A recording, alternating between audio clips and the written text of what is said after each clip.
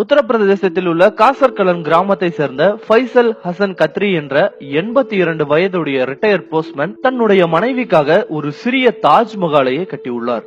மேலும் இந்த தாஜ்மஹாலை அவர் கட்டியதற்கு கூறும் காரணம் நமக்கு அதிர்ச்சியையும் ஆச்சரியத்தையும் ஏற்படுத்தும். நானும் எனது மனைவியுமான தாஜா முல்லி பேகமும் இளம் வயதில் காதலித்து பெற்றோர் சம்மதத்துடன் திருமணம் செய்து கொண்டோம். எங்களின் திருமண வாழ்க்கை மகிழ்ச்சியாக சென்று கொண்டிருந்தது. திடீரென்று ஒரு நாள் வயிறு மிகவும் வலிப்பதாக என்னிடம் கூறினாள் தாஜா முல்லி பேகம்.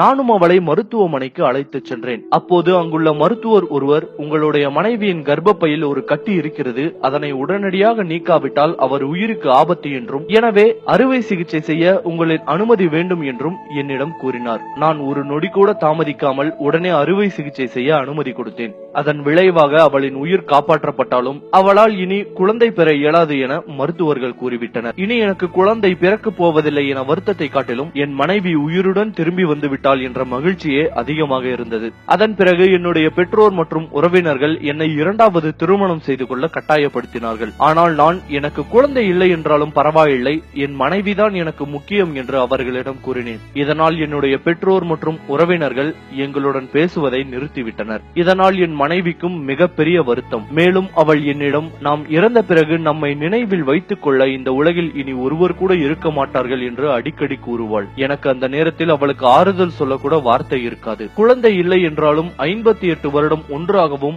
மகிழ்ச்சியாகவும் வாழ்ந்து வந்தோம். இந்நிலையில் கடந்த 2011ஆம் ஆண்டு தொண்டை புற்றுநோயினால் என் மனைவி மரணம் அடைந்தாள். அவள் இறக்கும் முன்பு மரணப்படுக்கையில் என்னிடம் எதையோ சொல்ல வந்தாள். ஆனால் தொண்டை புற்றுநோயின் காரணமாக அவள் என்ன சொல்ல வந்தாள் என எனக்கு தெளிவாக புரியவில்லை.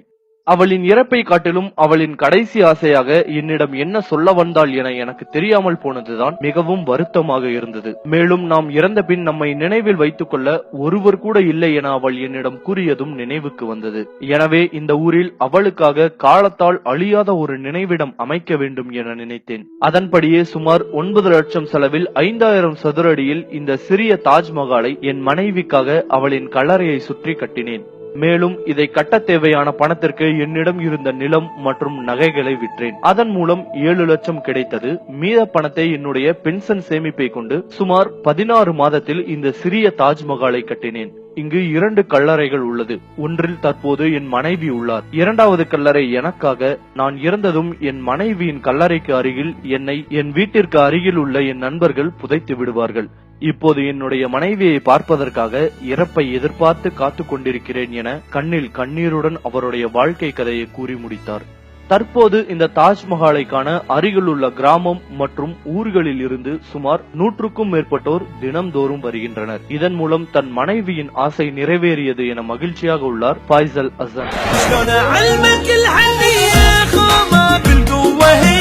شو قلنا وزدت لي ويا غيبتك طالع